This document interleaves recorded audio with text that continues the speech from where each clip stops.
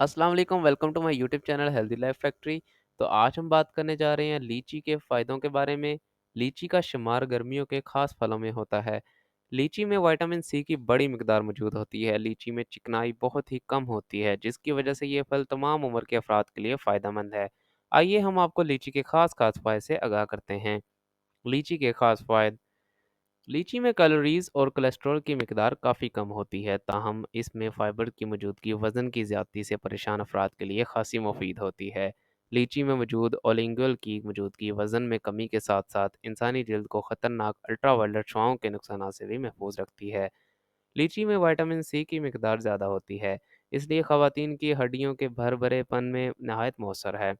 लीची दिमाग को ताकत देती है और दिल की कमज़ोरियों में बहुत ज़्यादा मुफीद है। लीची प्यास बुझाती है और जिगर के बेशतर अमराज खुसूसन जिगर बढ़ने में नहायत फ़ायदेमंद है।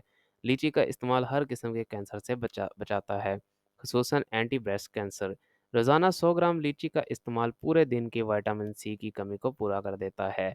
लीची यरकान के मरीज़ों के लिए इंतहाई मुफीद है, जबकि ये हाजमा को भी तेज़ करने की सलाहियत रखती है। लीची का इस्तेमाल जिस्म में खून की रवानी को बेहतर बनाता है।